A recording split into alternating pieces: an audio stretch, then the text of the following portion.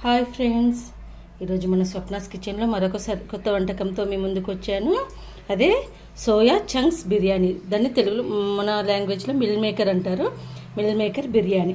దానికి కావాల్సిన పదార్థాలు: onion, potato, carrot, capsicum, tomato, పచ్చిమిర్చి, పుదీనా, కొత్తిమీర, పచ్చి బఠానీ, అల్లం వెల్లుల్లి paste, whole garam masala, biryani masala, biryani rice, నెయ్యి.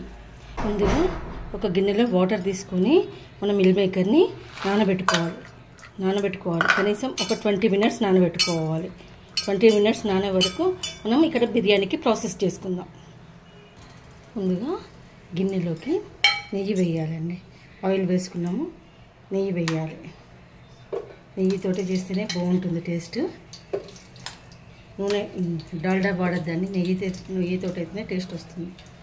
చూడండి, నెయ్యి నూనె రెండు కలిపి వేసాను. మన నెయ్యిను ఆయిల్ వేడైందండి. వేడైనాక మన బగారా ఆకు,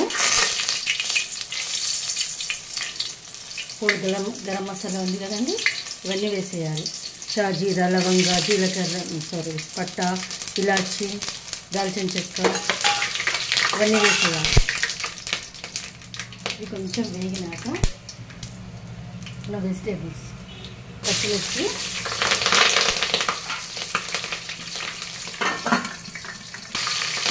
వేగినాక ఉల్లిగడ్డ వేయాలండి.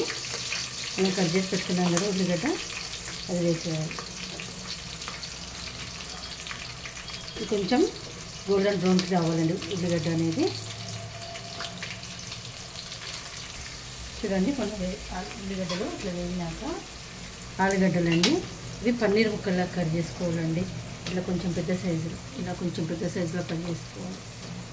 తర్వాత మన ఆలుగడ్డ, వెంటనే మన క్యారెట్, కట్ చేసుకుని పెట్టుకున్న క్యారెట్, క్యాప్సికమ్,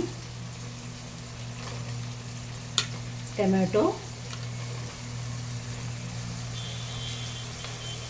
వేసేసి బాగా కలపాలి. ఇవి అన్నీ నూనెలో వేగనివ్వాలి.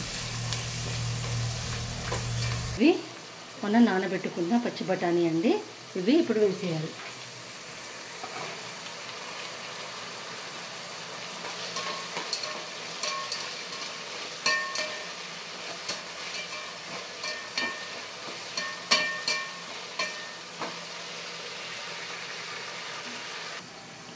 ఇప్పుడు మనం నానబెట్టుకున్న మిల్ మేకర్ ఉన్నాయి కదండి, ఇలా వాటర్ తీసుకొని వాటర్లో నుంచి తీసి ఇలా వాటర్ పిండేసి పక్కకు పెట్టుకోవాలి.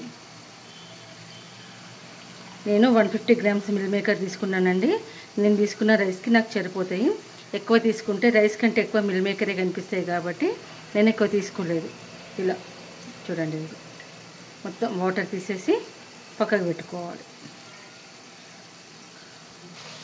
ఇప్పుడు మనం ఈ మిల్ మేకర్ని ఇందులో వేసేయాలి.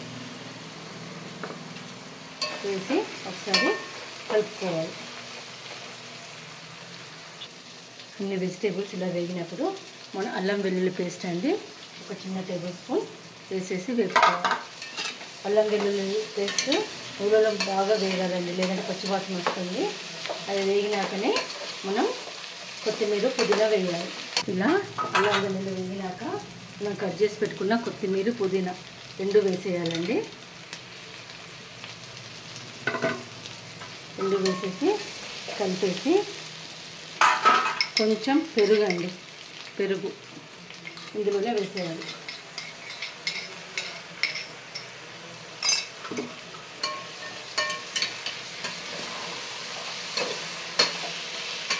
మన బిర్యానీకి ఫ్లేవర్ అంతా వెజిటేబుల్స్ వేసుకోవడంలోనే వస్తుందండి.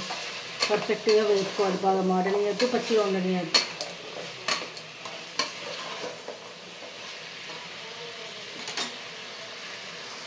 చూడండి, ఇప్పుడు మన వెజిటేబుల్ అన్నిట్లోకి వెళ్ళి ఆయిల్ బయటకు వస్తుంది. చూడండి, ఇప్పుడు పర్ఫెక్ట్గా మనకు వెజిటేబుల్స్ అన్నీ వేగినట్టు. మనము ఇప్పుడు ఎసరేసుకోవాలి. మనం తీసుకున్న రైస్కి ఒక గ్లాస్కి 2 గ్లాసుల చొప్పున, ఒక గ్లాస్ బియ్యానికి 2 గ్లాసుల నీళ్ళ చొప్పున వేసుకోవాలి.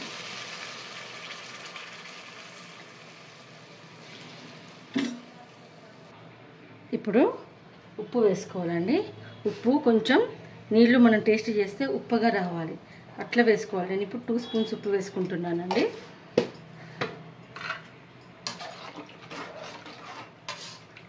మనం నీళ్ళని టేస్ట్ చేసినప్పుడు మనకు ఉప్పగా రావాలి నీళ్ళు.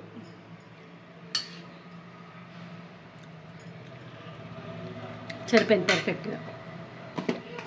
కొంచెం గరం మసాలా, ఇంట్లో చేసుకున్న మసాలా అండి ఇది, ఇంత 1/2 స్పూన్ వేస్తున్నాను. ఇప్పుడు మూత పెట్టేయాలి. చూడండి మన నీళ్ళు ఇలా మసులుతున్నాయి, తెల్ల మసలాలి.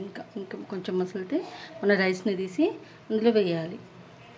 ఇందాక అక్కడ పెట్టుకున్నాం కదా బాస్మతి రైస్, ఇప్పుడు ఇట్లా నీళ్ళు ఫుల్గా బాయిల్ అవుతున్నప్పుడు తీసి ఇందులో వేయాలి. ఇలా మొత్తం బియ్యం వేసినాక ఒకసారి కలిపి మూత పెట్టేస్తే 10 నిమిషాలలో మన బిర్యానీ రెడీ అయిపోతుంది. మన బిర్యానీ రెడీ అయిపోయింది. కొంచెం ఫుడ్ కలర్ వేసానండి. ఫుడ్ కలర్ అనేది ఆప్షన్, మన ఇష్టం. చూడండి మన పొడిగా సూపర్గా రెడీ అయిందండి మన బిర్యానీ. మీరు కూడా ఇలా ట్రై చేసుకొని మీకు ఎలా వచ్చిందో కామెంట్ పెట్టండి. నా వంటలు మీకు నచ్చితే నా ఛానల్ని లైక్, షేర్ అండ్ సబ్స్క్రైబ్ చేయండి.